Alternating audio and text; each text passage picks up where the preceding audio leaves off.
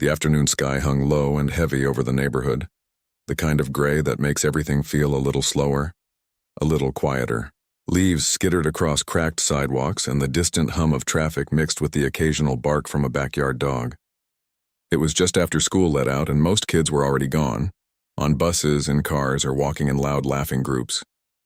But one girl walked alone, shoulders slightly hunched, earbuds tucked deep in her ears, playing a playlist she'd made to drown out the noise of the day.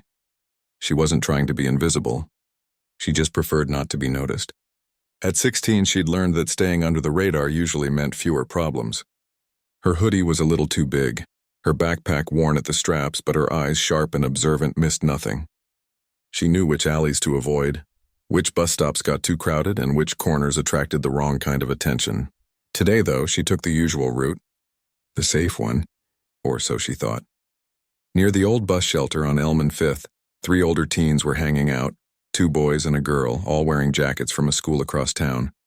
They weren't students there anymore, but they still wore the colors like a badge. One of them spotted her and nudged the others. At first, it was just stares. Then came the comments, low at first, then louder. She kept walking, eyes forward, fingers tightening around the strap of her bag. But they stepped into her path. "Where you going so fast, huh?" one of the boys said, smirking. He was tall, with a lazy confidence that came from knowing no one ever challenged him. "You think you're too good to talk?" She didn't answer. She'd learned long ago that talking only made it worse, but silence didn't help this time. The girl in the group laughed and snatched the earbud from her ear. "What, you scared?" she taunted. That's when it turned physical. Not all at once, but in that slow, cruel way bullies do, testing limits. A shove, a grab at her bag.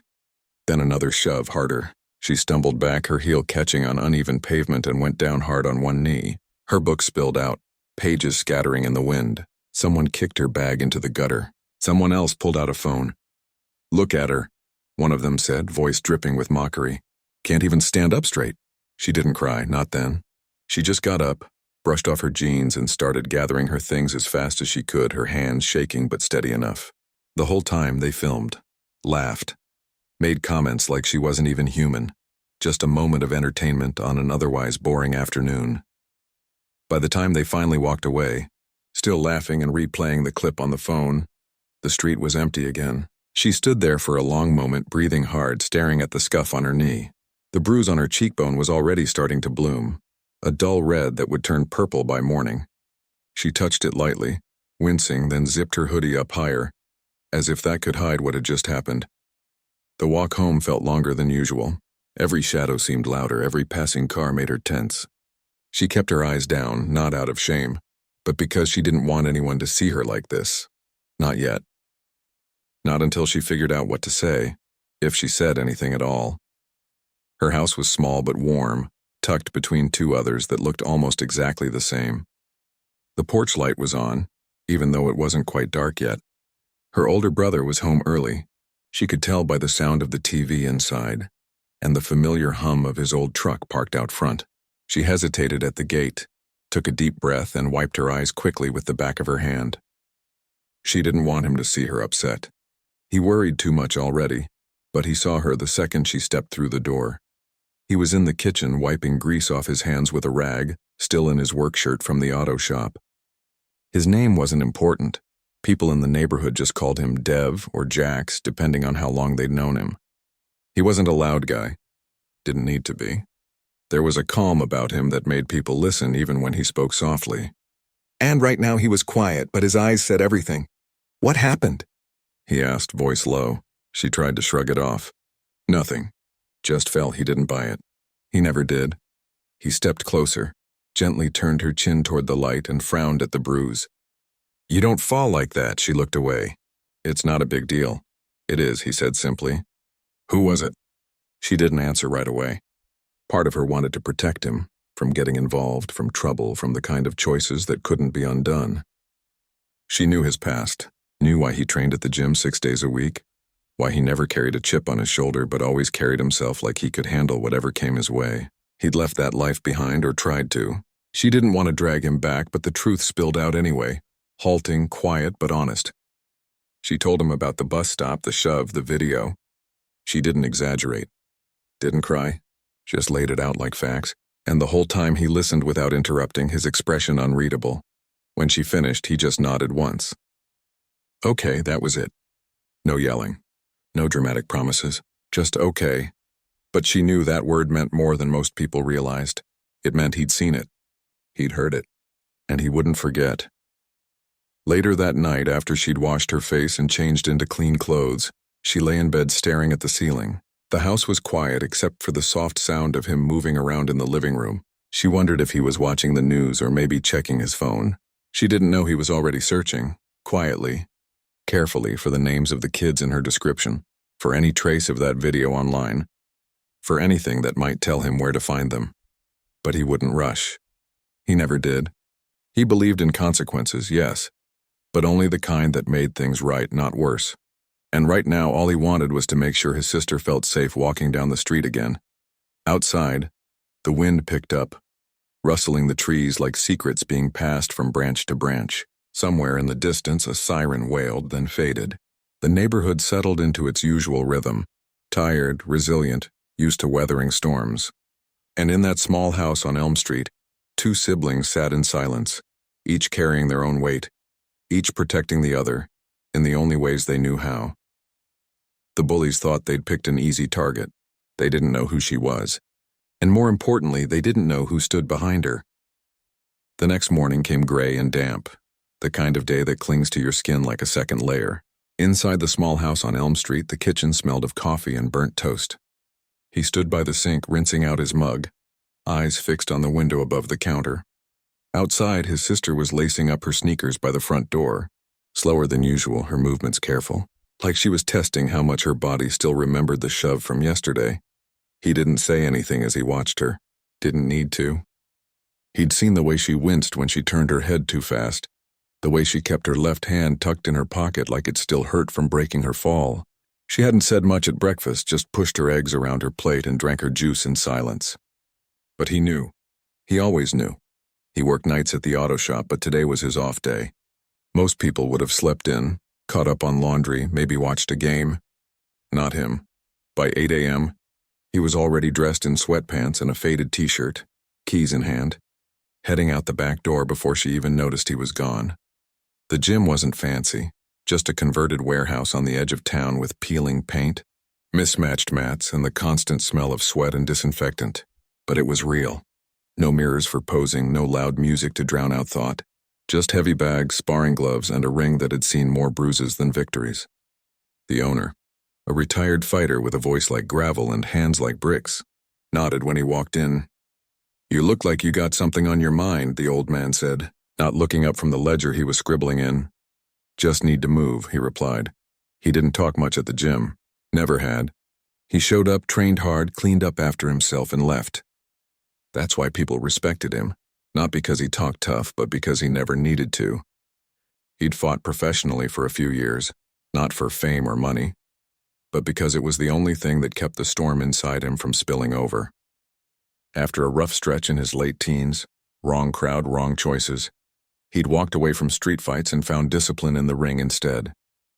Now at 22, he used his hands to fix engines by night and sharpen his focus by day. But some instincts never fade. He wrapped his hands slowly, methodically, the way his first coach had taught him. Then he hit the heavy bag. First light taps, then harder, faster, until his breath came in steady bursts and his thoughts narrowed to just the rhythm of impact. Sweat dripped down his temples. His muscles burned, but his mind cleared. With every strike, he replayed the image of his sister on the pavement, the laughter in the background, the phone recording it all like it was entertainment. He wasn't angry, not in the way most people think of anger. It wasn't hot or loud. It was cold, quiet, the kind that makes you see everything with perfect clarity. And right now all he saw was a name, Trey. She'd only given him one name. Said it like it was nothing, like she was trying to downplay it. But he'd heard the hesitation in her voice. Knew she was scared of what he might do. That's why she'd only said the one name, hoping it would be enough to satisfy him without lighting a fuse. But names have weight in their neighborhood, especially that one. Trey wasn't just some random kid. He ran with a group that liked to stir trouble, post clips online, act like they owned the block. They weren't hardened criminals, just loud, reckless, and used to getting away with things because no one ever pushed back. Until now. After an hour of training, he sat on the bench near the water cooler, towel around his neck, scrolling through his phone. He didn't search for the video directly. Too risky, too traceable. Instead, he asked a couple of people he trusted. A cousin who worked at the rec center. A friend who drove a school bus. Within 20 minutes, he had a clearer picture. Trey and 2 others, all expelled last year, hanging around the corner store near Maple and 9th. They'd posted the clip on a private group chat, but someone had screenshotted it. It was already making rounds. He didn't react. Just tucked his phone away and stood up. The old man looked over. "You good?" "Yeah," he said. "Just got some things to handle." "Handle them smart," the man said, holding his gaze for a beat too long. "You ain't that kid anymore." "I know," he replied. And he meant it. Back in his truck, he drove slowly through the neighborhood, windows down, radio off. He passed the bus stop where it happened, saw the scuff marks on the pavement, the crushed soda can someone had kicked aside. He didn't stop. Didn't need to. He already carried the scene in his head. By midday, he was parked 2 blocks from the corner store, engine off, watching. He didn't want a scene. Didn't want cops called or rumors started. He just needed them to understand, really understand, that they'd crossed a line they couldn't uncross. An hour later, he saw them. Trey was leaning against the store's brick wall, laughing at something on his phone. The other 2 were nearby, sharing a bag of chips. They looked younger up close, still kids, really, but their eyes held that careless arrogance that comes from never facing consequences. He got out of the truck. Didn't rush, didn't glare.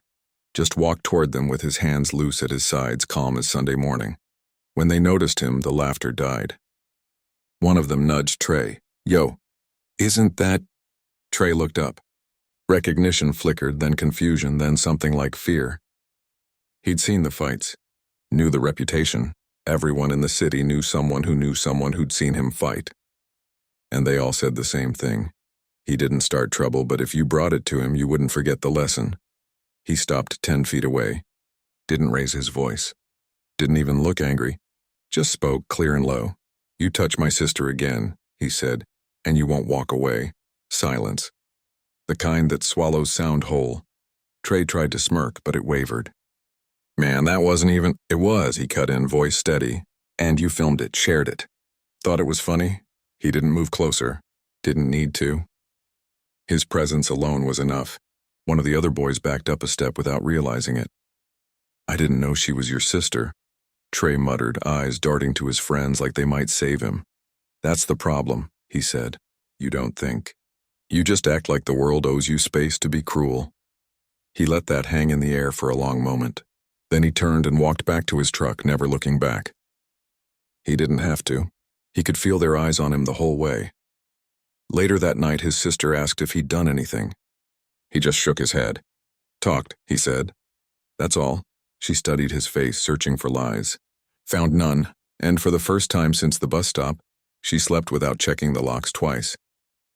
He stayed up longer, sitting on the porch, listening to the crickets and the distant hum of the freeway. He wasn't proud of the fear he'd put in them, but he was glad they'd felt it. Because now maybe they'd think twice before picking on someone who couldn't fight back. And maybe, just maybe, that was enough. Content delivered in a separate document as requested. Note: as this platform doesn't support actual file attachments, the full 1400-word Part 3 is provided below in plain text, formatted as a continuous narrative without headings, using simple natural language, third-person perspective, and compliant with YouTube content policies. The video didn't stay hidden for long. What started as a private laugh between a few kids turned into something else entirely. Something that moved faster than anyone expected. By the next afternoon, screenshots of the clip were popping up in group chats, then on local message boards, then in whispers between students at school. Someone had blurred the girl's face, but not the bullies. Their smirks, their voices, even the logo on one of their jackets, everything was clear.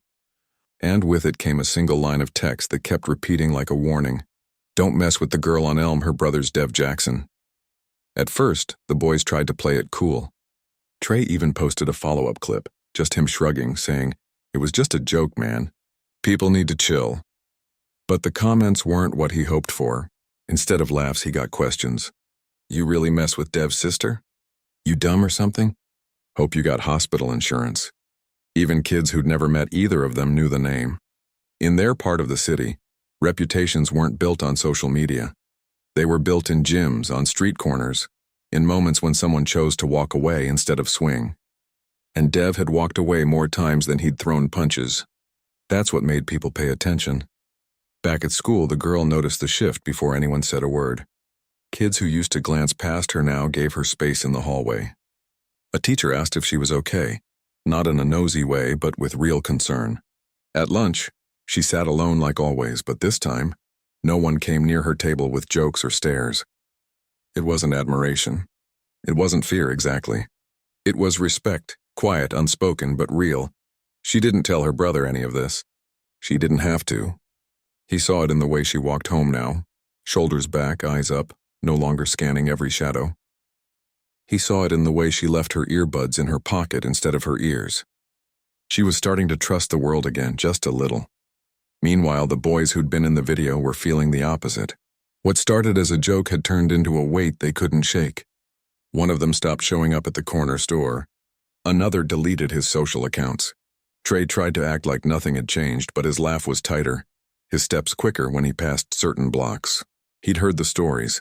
About the underground fight 2 years back, about the time Dev broke up a parking lot brawl without throwing a single punch, just by showing up. He hadn't believed them before. Now he wasn't so sure. The real turning point came on a Thursday afternoon.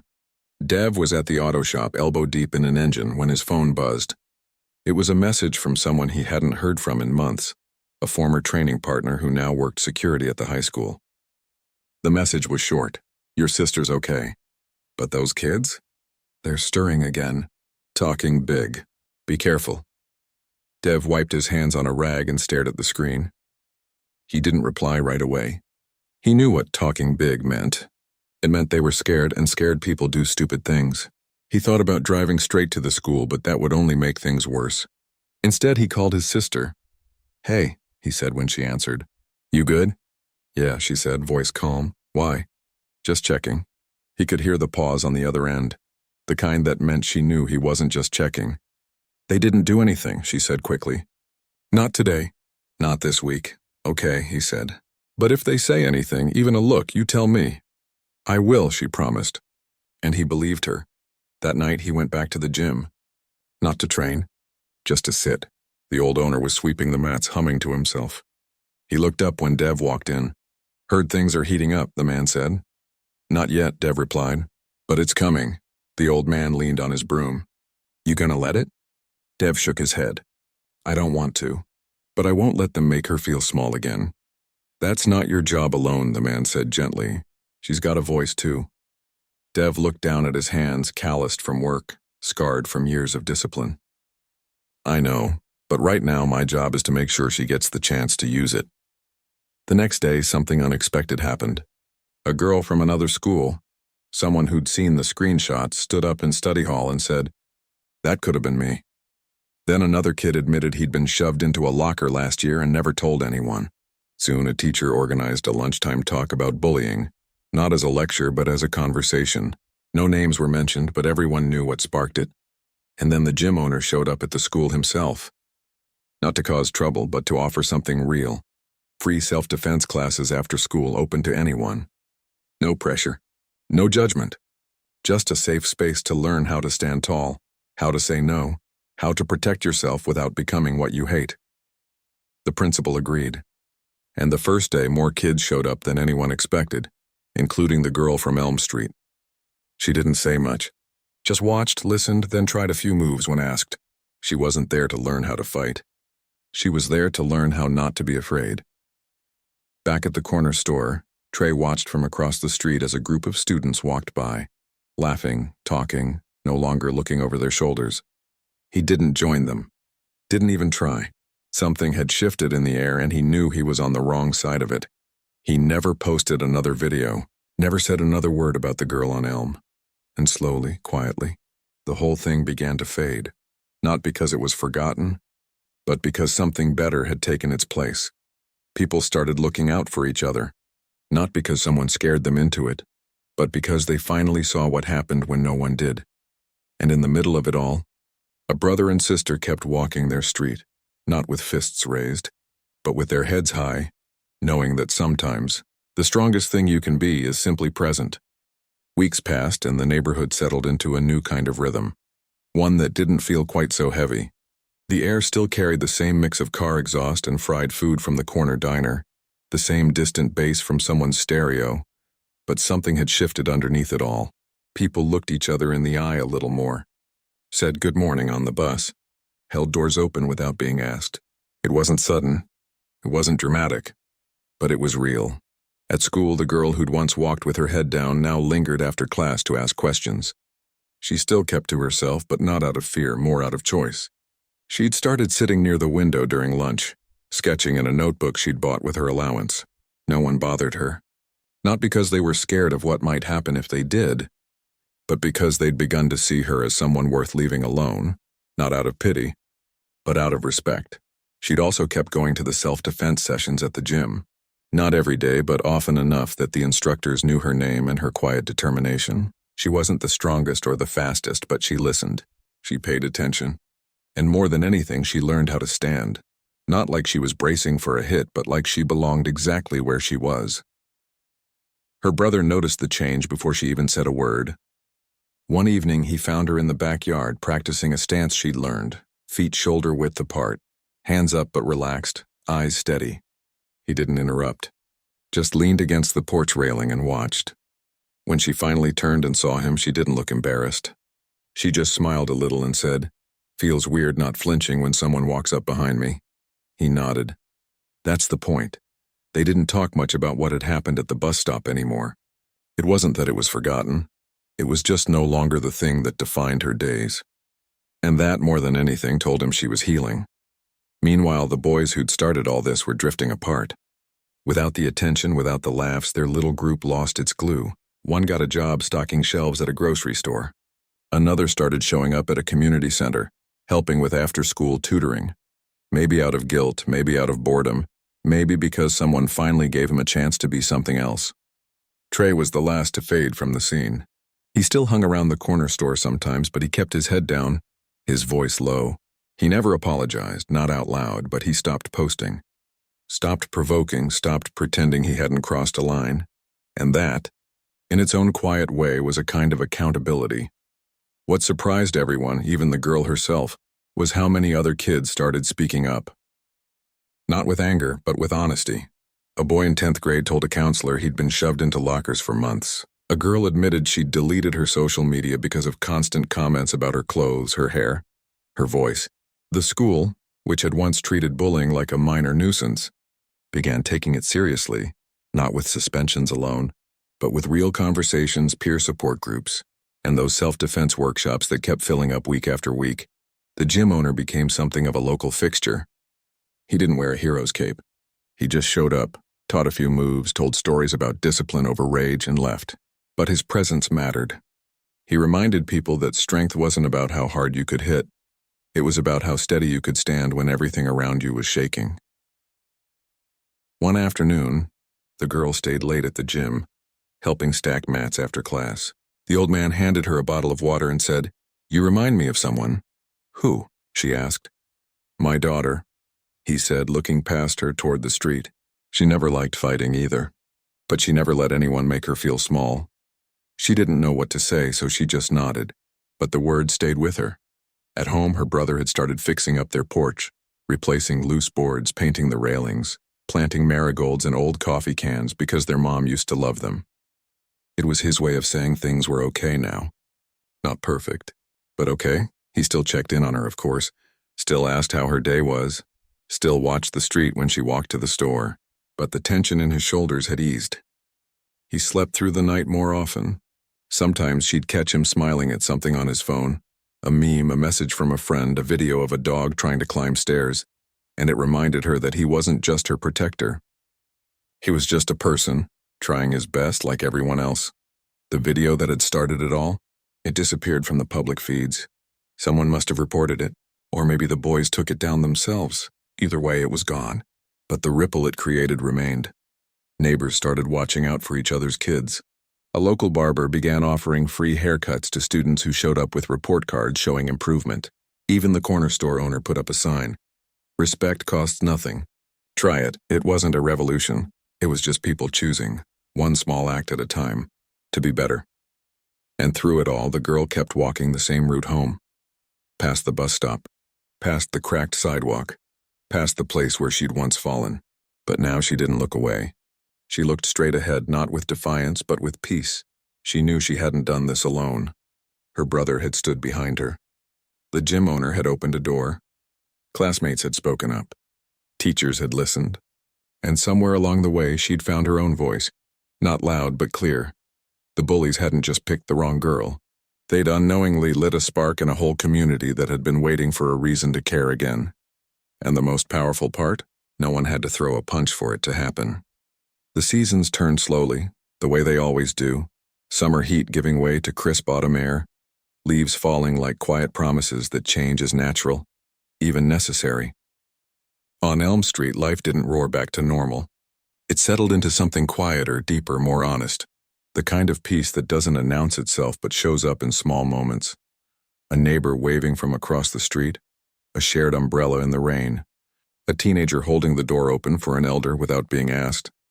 The girl who once walked home with her head down, now walked with a steady stride. Not because she was trying to prove anything, but because she finally felt like she belonged in her own skin. She still wore her hoodie sometimes, but it wasn't armor anymore, it was just comfort. Her backpack was still worn at the straps, but now it carried sketchbooks full of drawings, library books, and notes from classes she actually looked forward to. She'd even started talking during group projects, her voice soft but sure, like she'd remembered it was hers to use. Her brother still worked nights at the auto shop, still trained at the gym, still checked in on her with that quiet kind of care that didn't need words, but something had shifted between them too. It wasn't just protection anymore, it was partnership. She didn't need him to fight her battles, and he didn't feel like he had to. They'd both learned that strength isn't always in the fists. Sometimes it's in the choice to keep going, to speak up, to show up even when you're scared. One Saturday morning, she walked to the community center on her own. Not for self-defense class, those had wrapped up for the season, but for a new art workshop they'd started. She'd never thought of herself as an artist, but someone had seen her sketches and encouraged her to try. She sat at a table with kids from different schools, different backgrounds, all mixing paints and sharing pencils like it was the most natural thing in the world. No one asked about the bruise that had long since faded from her cheek. No one whispered. They just let her be. Meanwhile, her brother was at the gym, not training, but helping the old owner reorganize the storage room. Boxes of old gloves, spare mats, donated water bottles. It was messy, but it was theirs. As they worked, the old man paused and said, "You know, most people think this place is about fighting, but it's really about belonging." Dev wiped sweat from his brow and nodded. "Yeah, I'm starting to see that." He'd spent so much of his life thinking strength meant standing alone, handling things in silence, shielding the people he loved from the world's sharp edges. But lately he'd realized that real strength meant letting others stand beside you, letting your sister find her own voice, letting the community step in, letting healing happen in daylight, not just in shadows. Back in the neighborhood, the ripple from that one awful afternoon had grown wider than anyone expected. The school had started a peer mentorship program, pairing older students with younger ones to talk about respect, boundaries, and what it really means to be brave. The corner store owner began hosting weekend chess tournaments for kids, saying, if their hands are busy moving pieces, they ain't got time to push anyone around. Even the local bus drivers started paying closer attention, stepping in if they saw someone being harassed at a stop. None of it was perfect. There were still bad days, still moments of tension, still kids who acted out because they didn't know another way. But the difference now was that people responded, not with more anger, but with connection. A teacher stayed late to talk. A coach pulled a kid aside after practice. A parent asked, "You okay?" and really listened to the answer. As for the boys who'd filmed that video, they weren't villains in the end, just lost kids who'd mistaken cruelty for power. One of them actually showed up at the community center one evening, not to cause trouble, but to ask if they needed help setting up chairs for an event. He didn't say sorry, not out loud, but he came back the next week. And the week after that, actions, it seemed, could speak louder than words. The girl never saw them again. Not really. If she passed one on the street, she didn't flinch, didn't glare, just kept walking, eyes forward, like she had somewhere important to be. And she did. She had art class, homework, dinner with her brother, plans to apply for a summer program at the city museum. Her life was full now, not because the past had vanished, but because she'd refused to let it define her future.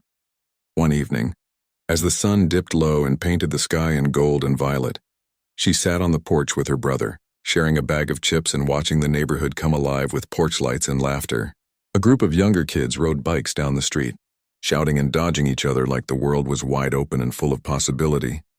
"You ever think about what would have happened if you hadn't said anything that day?" he asked quietly. She thought for a moment. "I think I would have kept walking like nothing happened, and they would have done it again, to me or someone else." He nodded. "But you didn't." "No," she said. "I didn't, and that was enough." The story didn't end with a courtroom, a viral takedown, or a dramatic fight in the street. It ended with a girl walking home under streetlights that felt a little brighter than before. It ended with a brother who learned that protecting someone doesn't always mean stepping in front of them. It sometimes means stepping beside them. It ended with a community that remembered, slowly and imperfectly, how to care for its own. Online, people might have wanted a different ending, something flashier, louder, more satisfying. But real life doesn't work like that. Real change is quiet. It's in the way a teenager holds her books a little tighter, not out of fear but pride. It's in the way a grown man chooses words over fists. It's in the way a neighborhood starts looking out for each other again, one small act at a time. The bullies thought they were picking on someone weak. They didn't know they were stepping into a story already full of strength, quiet, enduring human strength. And in the end, that's what changed everything, not revenge, not violence, just people choosing again and again to do better. And sometimes that's the most powerful thing of all.